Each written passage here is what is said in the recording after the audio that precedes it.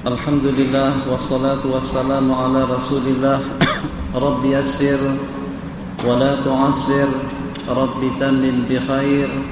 Yaqulul muallif rahimahullahu ta'ala wa nafa'ana wal muslimina bi ulumihi bid darain amin. Faslun wa nisabuz zuru'i was thimari khamsatu awsuqin wa hiya 1600 ritlin bil Iraqi وما زاد فبحسابه وفيها إن سقيت بماء السماء أو السيح العشر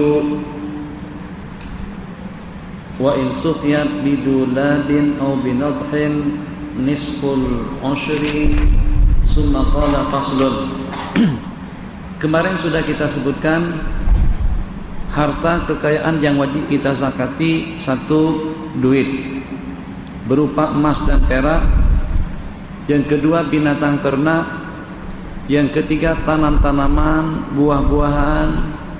Kemudian yang keempat barang dagangan, at-tijarah. Yang pertama emas dan perak. Yang kedua, binatang ternak. Yang ketiga, tanam-tanaman. Yang keempat, barang dagangan. Jadi kita dengan pembicaraan yang ketiga, nisabuz zuru', dengan tanam-tanaman dan juga dengan buah-buahan, hitungannya 5 wasak. Bahasa kita dahulu, 1 wasak sama dengan 60 gantang fitrah. 1 wasak sama dengan 60 sa'. Jadi kalau kita kalikan 60 sa' kali 5 wasak berarti 300. Hitungannya 5 wasak sama dengan 300 gantang fitrah. 1 gantang fitrah kurang lebih 3 kilo. Kalau macam tuh 300 kali 3 berarti 900 kilo. Ini kalau seandainya bersih daripada kulit. Hitungan kurang lebihnya, seseorang yang memiliki beras sehitungan 900 kg wajib zakat 10%. Tapi kalau seandainya dengan padinya dihitung 2 kali lipat, 2 kali ganda. Jelas. Qala wa ma zada bi hisabihi, dan yang lebih daripada hitungannya itu juga ikut hitungannya. Kalau ternyata dengan beras yang kita miliki 1000 kilo, maka dengan yang kita keluarkan adalah 100. 110 yang kita keluarkan itu adalah 1100. Yang kita keluarkan adalah 110. 1200 yang kita keluarkan itu adalah 120. Itu maknanya famazada bi hisabi. Lain hanya kalau dengan kambing. Kambing 41, 81, 121. Setelah sampai pada 121 baru berpindah menjadi kepada 2. Jadi jarak antara 40 sampai kepada 121 itu disebut waqsun, dimaafkan. Beras tidak semacam itu, yang walaupun lebihnya tidak lebih daripada 10 biji beras saja. Yang 10 biji beras 1 biji kena keluarkan. Semacam itu juga dengan duit. Jadi kalau dengan duit kita berjumlah 100.000 ringgit, zakatnya 2,5% 2.500. Kalau kita punya uang ringgit 100.000 20 ringgit, berapa zakatnya? Zakatnya 2.500 ringgit tambah dengan 1 ringgit sesuku. 1 ringgit sesuku untuk yang 20 dan 2.500 untuk yang 100.000. Itu makna mazada bi hisabi. Oke, jelas. Selanjutnya, yang kalau padaku dengan tanaman tadi itu disiram dengan air hujan ataupun juga disiram dengan mata air, atau dia menyerap langsung daripada bumi, zakatnya 10%.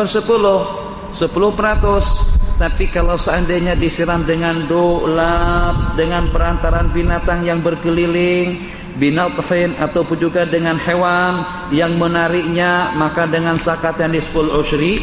Apakah kira-kira dengan pembiayaan yang kita lakukan, yang berlaku sekarang ini, untuk baja, untuk pupuk, untuk panenan, semuanya ongkos, semuanya duit, kita mengupah. Jadi dengan sejumlah sekian duit yang kita keluarkan, apakah itu ditolak daripada hasil yang kita peroleh? Kalau kita kiaskan kepada penyiraman air tadi itu, berarti kita tidak menolaknya, akan tetapi yang kita keluarkan hanya setakat 5%-nya saja. Qala rahimahullahu ta'ala faslun wa tuqawamu, dan akan diperhitungkan barang dagangan itu pada akhir haul dengan nilai duit kita membelinya. Kalau kebetulan dengan barang dagangan kita tempoh hari kita beli dengan uang ringgit, maka dengan perniagaan kita akan kita hitung dengan uang ringgit. Kalau pada waktu kita berniaga kita dengan modal uang real, maka pada akhir haul juga dengan barang dagang kita akan kita hitung dengan real. Inda akhiril hauli bimasturiyat bih wa yukhraju min dzalika rub'ul usyur. Daripada zakat perniagaan kita keluarkan 2,5%. Perlu kita ingat, yang dikeluarkan itu adalah nilainya, yang dikeluarkan itu adalah duitnya. Tak boleh dengan kita pada waktu kita dagang bata, pada waktu kita dagang semen, pada waktu kita dagang pasir, pada waktu kita dagang kasut. Sehingga dengan jumlah kasut yang kita jual belikan di gudang kita tuh dengan hitungan uangnya tidak kurang daripada 1 juta ringgit. Zakat yang harus kita keluarkan adalah 25.000. Tak boleh kita keluarkan kasut senilai 25.000 ringgit. Jadi sekarang berlaku. Kita pun juga jadi heran. Ada orang bagi kita kain. Ini kain zakat. Dari mana kain jadi disakati? Yang disakati bukan kainnya, nilainya itu. Zakatnya dengan duit. Jadi dengan sebagian daripada pedagang ada yang berhelah. Macam mana dia buat helah? Jadi katakan saja dia dengan bisnisnya yang berputar tidak kurang daripada 1 juta ringgit. 1 juta ringgit duit yang berputar, zakatnya adalah 25.000. Jadi daripada duit yang 25.000 yang semestinya cash dikeluarkan, ternyata dia belikan kepada barang-barang yang sudah tidak laku. Jadi ada, katakan saja kain kira-kira dalam hitungan 5.000, kasut dalam hitungan 4.000, kemudian dengan Allahumma sholli ala sayyidina Muhammad, katakan saja barang elektronik kira-kira dalam hitungan 10.000, paling dia keluar duit dalam hitungan 5.000-an saja. Yang 20.000-nya dia keluarkan daripada barang dagangan dia sendiri. Boleh? Tidak boleh. Sebab dia tidak punya hak untuk membeli kepunyaan dia. Duit zakat, kepunyaan fakir miskin. Dia tidak punya leluasa dan juga tidak mendapatkan taukil untuk menggunakan uang tersebut membeli barang dagangan yang dia miliki. Jelas. Qala rahimahullahu ta'ala wa mastukhrija, dan yang dikeluarkan daripada ma'din, yang dikeluarkan daripada tambang emas dan perak itu akan dikeluarkan 1/4 daripada 1/10 secara segera. Dan yang kita temukan daripada simpanan orang jahiliyah, simpanan orang kafir sebelum Islam datang akan dikeluarkan 1/5-nya. Terbukti emas yang kita temukan di Gunung Jerai itu sejak 3.000 tahun yang lalu terkuburkan di sana. Kita temukan duit emas hitungannya tidak kurang daripada 3 ton.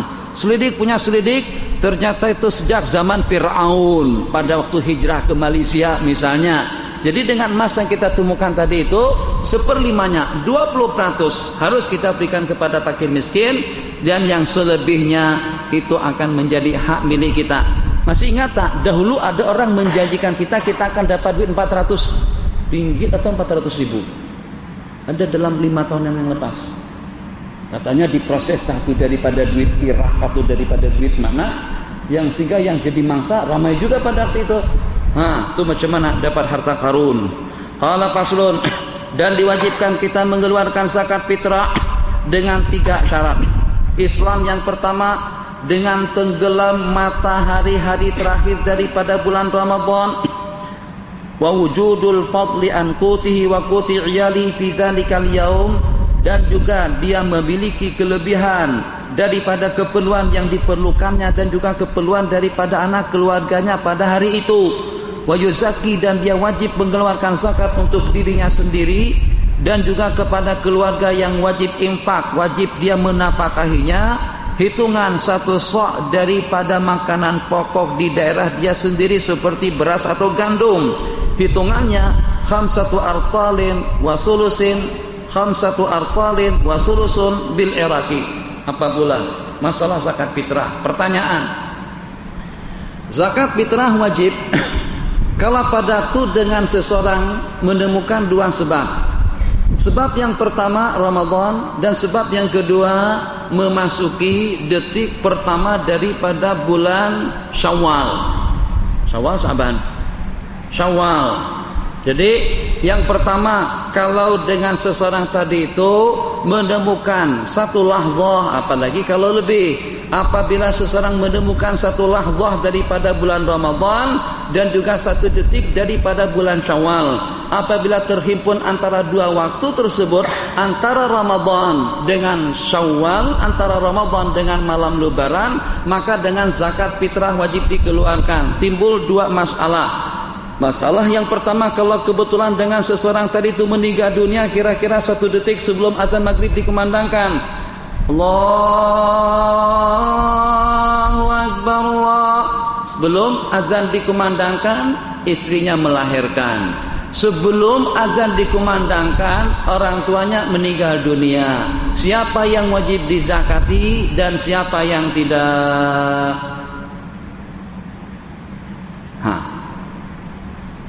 Sekali lagi, sebelum azan maghrib dikumandangkan istrinya melahirkan, dan sebelum azan maghrib dikumandangkan orang tuanya meninggal dunia. Siapa yang wajib dizakati dan siapa yang tidak? Sebelum dijawab, setelah azan maghrib berkumandang lahir anak yang pertama, dan setelah azan maghrib berkumandang meninggal salah seorang daripada putra dia. Yang pertama dulu, siapa yang dizakati? Ya Nazim. Anak wajib dizakati. Yang mati tak perlu. Tapi kalau pada itu mati selepas azan berkumandang, wajib dizakati. Anak yang lahir setelah maghrib wajib dizakati? Wajib dizakati? Wajib dizakati?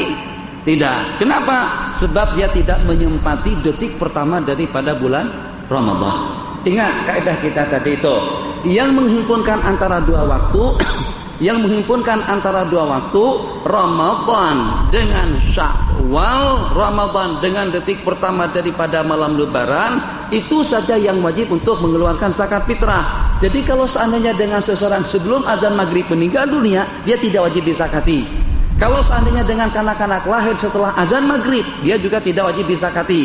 Tapi kalau seandainya dengan yang meninggal tadi itu meninggal setelah tenggelam matahari, setelah masuk detik pertama daripada malam Lebaran, zakat wajib kita keluarkan. Macam itu juga kalau kebetulan istri kita melahirkan sebelum maghrib, maknanya dia menjelang sedikit daripada bulan Ramadan, masuk ke hari Lebaran, maka dengan anak tadi itu wajib kita zakati. Selesai. Qala rahimahullahu ta'ala, faslun, kita akan berpindah kepada tajuk yang berbeda. Yaqulu rahimahullahu ta'ala, faslun, innamas sadaqatu lil fuqara. Sedekah itu hanya boleh diberikan kepada fakir miskin, wal amilina 'alaiha, badan amil zakat, al muallafati qulubuhum, orang yang muallaf yang baru masuk Islam, imannya masih lemah, kebimbangannya masih wujud, wa fir riqab, kepada hamba sahaya, wal gharimin, kepada orang yang berhutang, wa fi sabilillah, kepada orang yang musafir, wa fi sabilillah, kepada orang yang berperang, kepada tentara sukarelawan, wa benis sabil, dan kepada orang yang bermusafir, wa ila may yujadu minhum, dan kepada yang wujud daripada mereka, wa la yaqtasiru ala aqalla min salasatin min kulli sifin ilal amil, dan tidak dibenarkan dengan kita mengambil singkat kepada kurang daripada 3 orang dari tiap kelompok. Jangan sampai kurang daripada 3 orang daripada tiap kelompok. 3 orang dengan fakir miskin, 3 orang dengan orang miskin, 3 orang dengan fuqara, 3 orang dengan yang berhutang, 3 orang dengan ibu sabil, begitulah seterusnya, kecuali kalau pada itu tidak ada. Qala wa khamsatun, dan terdapat 5 orang yang tidak boleh diberikan zakat kepada mereka. Di situ bacanya paslon, wa khamsatun la yajuzu daf'uha ilaihim. 1, yang kaya raya dengan duitnya. Ulama Syafi'iyah mengatakan yang kaya raya dengan duit yang tidak boleh menerima zakat kalau dia memiliki jaminan untuk seumur hidup. Kereta punya, rumah punya, tanah banyak, harta banyak, tapi kalau dihitung-hitung untuk keperluan dia sampai seumur hidup, dia dalam lingkungan usia 40 tahun, masih ada baki umur 30 tahun kurang lebih. 30 tahun memerlukan biaya, memerlukan duit tidak kurang daripada 400.000 ringgit misalnya, atau 450. Setahunnya dia habis 150.000 ringgit. Kalau dengan seseorang yang macam itu keperluannya, keperluan pada tiap tahun tidak kurang daripada 10.000. Sedangkan sisa umur 30 tahun, maknanya dia perlu duit 300.000. Kalau duit yang kontan kurang daripada 300.000, dia masih boleh menerima zakat harta. Katakan saja dengan Tok Guru, kereta ada 2 biji, rumah 2 biji, rumah 2 biji, istri 2 biji juga, istri 2 orang, lengkap semuanya, banyak duit. Masya Allah, tabarakallah, rekening beliau tuh dengan account beliau, Masya Allah duit ada, takut daripada 200.000. Tuh guru punya duit 200.000, oh biasa. Banyak di Indonesia tuh guru kaya-kaya, rumah seperti istana, istri 4, halaman rumah, taman, Masya Allah, tuh banyak di Indonesia yang semacam itu. Tidak ada rasa sensitif dengan kehidupan mereka yang semacam itu. Bukan masalah kita. Yang kita masalahkan sekarang, kalau dengan seseorang tadi itu punya duit sampai 500.000 katakan saja, tapi keperluan dia dengan anak cucu dan juga dengan anak istrinya tiap tahun tidak kurang daripada 50.000. Berarti Tuk Guru tadi itu yang punya duit 500.000 itu baru boleh bertahan dalam hitungan 10 tahun saja. 10 tahun saja. Sedangkan Tuk Gurunya masih muda, umur baru 30. Yang jelas bukan saya. Umur, sebab saya bukan 30. Umur baru 30 tahun saja. Masih ada hitungan waktu kira-kira dalam 30 tahun. 30 tahun harus Tuk Guru tadi itu punya duit 1,5 juta. Kalau setakat punya 1,5 juta saja duit di bank, masih boleh menerima zakat. Ini ikut mazhab Imam Syafi'i. Senang ikut mazhab Imam Syafi'i, boleh menerima zakat yang walaupun duit banyak. Qala atau yang kaya raya dengan penghasilan, au bikasbin, atau dengan penghasilan yang tetap. Wal abdu, hamba saya tidak boleh dikasih zakat. Banu Hashim dengan Banul Muttalib orang kafir. Tengok di bawah ada sebuah hadis, bijaksana sekali hadis itu, dan ini senantiasa ditanyakan, boleh tak Ustaz bagikan zakat fitrah, bagikan zakat harta kepada orang kafir? Tengok dengan hadisnya, sebagaimana dengan kita tidak mengambil zakat daripada orang kafir, kepada orang kafir pun juga tidak boleh menerimakannya. Bijaksana sekali. Tu'khadhu min aghniyaihim wa turaddu ila fuqaraihim. Diambil daripada orang-orang kaya kaum muslimin dan diberikan juga kepada orang miskin daripada kaum muslimin. Sementara kita katakan boleh kita bagikan kepada orang kafir, sedangkan kita tidak mengambil zakat daripada orang kafir, itu tidak bijaksana. Hukum pun juga tidak membolehkan. Jadi dengan ta'lil di bawah, wal muratu aghniyaul muslimina wa fuqara'uhum, fakama annaha la tu'khadhu min aghniya'i ghairil muslimin, sebagaimana tidak diambil daripada orang-orang kaya selain daripada orang Islam, maka juga dengan zakat tadi itu tidak akan diberikan kepada non muslim. Kitab Syam ada enggak? 4 hari pengajian dari Kitabut Thaharah sudah sampai kepada Kitab Syam. Ada di mana pengajiannya San Bukhari. Kitab Syam. Nih insyaallah tambah 4 hari lagi selesai. Umur sedikit, pengajian harus laju. Sekarang dunia modern semuanya dengan sistem komputer, semuanya canggih, semuanya cepat. Tapi kalau masalah untuk memproses anak tetap tidak boleh selesai dalam jangka 3-4 bulan, tidak boleh. Jadi tidak akan mungkin kalaulah nanti ada orang kawin, setelah kawin 3 bulan dapat anak. Masya Allah. Ya Ustaz, sekarang zaman serba modern Ustaz. Kalau dulu istri baru boleh melahirkan setelah 9 bulan 9 hari. Sementara sekarang ini istri sudah boleh melahirkan anak dalam jangka waktu hamil tak lebih daripada 2 bulan saja. Nggak, itu tak ada yang macam itu tak ada. Kecuali bab itu tidak boleh dipercepat. Kita Syam, syarat itu wujub syam. Syarat wajib puasa itu ada 3. Nanti muslimat kita turun. Lepas Isya kita turun ke bawah. Lepas Isya kita turun ke bawah, dan insya Allah selepas azan dikumandangkan kita sembahyang sunat 2 rakaat yang perlu-perlunya saja. jangan terlalu panjang salat sunatnya, nanti menyita waktu kita. Lepas 2 rakaat sembahyang sunat, muadzin qomat, terus dengan kita akan salat jamaah. Lepas jamaah kita akan turun ke bawah. Pas di bawah sampai pukul 10, 10.30 sampai pukul 11 kita punya leluasa waktu. Sebab kita tidak dikejar dengan sembahyang isya. Letih, kita berhenti awal. Leluasa, kita berhenti sampai pada pukul 10.30. Tengok keadaan. Senang saja modalnya, dengar saja, tak ada apa-apa. Yang teriak-teriak saya sendiri. Jadi macam ini ceritanya. Saat ketika kapal cerita kan boleh. Istri itu tak pernah akur dengan suami, marah melulu, bahasa sana marah terus dengan suami. Hang itu apa? Apa kamu? Diolok-olok, diperlekehkan, dicerca, dicaci maki sama istri. Jadi sekarang si suami tadi itu ingin memperlihatkan dia tuh mulia, dia tuh dihormati oleh orang ramai, sehingga istrinya diajak pergi ke masjid, menyaksikan pada waktu dia mengadakan ceramah majelis ilmu di masjid, orang ramai sekali ikut pengajian dia. Mungkinlah istrinya tadi itu akan insaf. Ya, lihat, oh macam tu suami saya, Masya Allah, tabarakallah, wibawa dan pengaruhnya. Itu yang diharap-harapkan. Lepas balik ke rumah, tanya istri, macam mana saya tadi waktu di masjid? Ya, katanya, orang yang paling bodoh.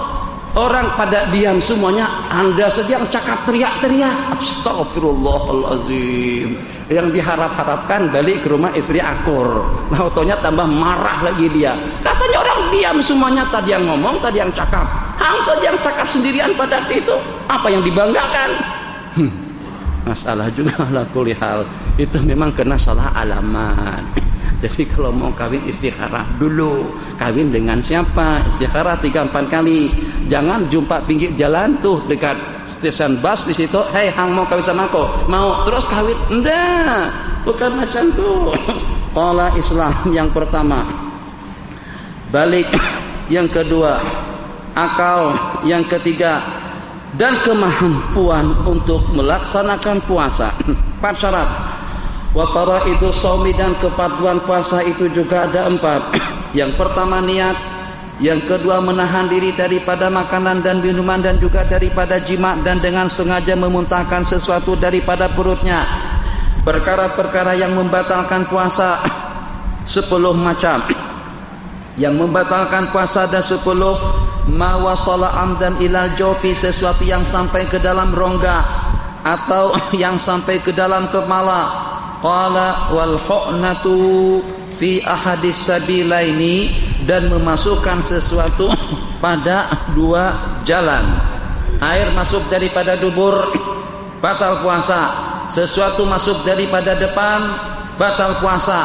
Obat-obatan masuk dengan perantaran kepala pun juga batal puasa. Tapi bagaimana kalau pada waktu kita dicucu dengan obat-obatan yang kita perlukan, apakah batal puasa atau tidak? Jadi dengan catatan kita tadi, sesuatu yang masuk ke dalam rongga, apakah kira-kira tuh dicucuk di tangan ataupun juga di dubur ataupun juga di bagian mana saja daripada anggota tubuhnya? Kalau yang masuk ke dalam perut itu berarti rongga. Sementara kalau melalui urat di tangan ataupun juga daripada dubur itu tidak termasuk. Ulama mentafsirkan kalau seumpama air yang masuk yang memberikan tenaga kekuatan seperti dengan zat makanan yang masuk, itu membatalkan puasa sebab dia bagi kekuatan. Tapi kalau seandainya yang dicucukkan tadi itu tidak lebih daripada obat-obatan saja, ulama mengatakan itu tidak mengapa. Jelas. Wal qai'u amdan, muntah secara sengaja. Wal waqu amdan, bersetubuh secara sengaja. Wal inzalu, dan keluar air mani karena berseronokan. Kalau seandainya air mani keluar karena mimpi, air mani keluar karena menghayal, air mani keluar karena menghayal, karena mimpi, karena pada waktu tidur, tah macam mana dia juga tidak menyadari, sedangkan dia tidak termimpi, itu tidak mengapa. Yang membatalkan kalau kebetulan dia sentuh, naik bas tersentuh, tegang naik sampai keluar, batal puasa. Pada waktu dia berpelukan dengan istrinya, tegang sampai keluar, batal puasa. Tapi kalau pada waktu dia tegang sendiri, seperti cerita yang malam tadi itu fuqaha dahulu saja tidak pernah ditanya masalah semacam itu. Ini fuqaha akhir zaman saja yang ditanya masalah semacam itu.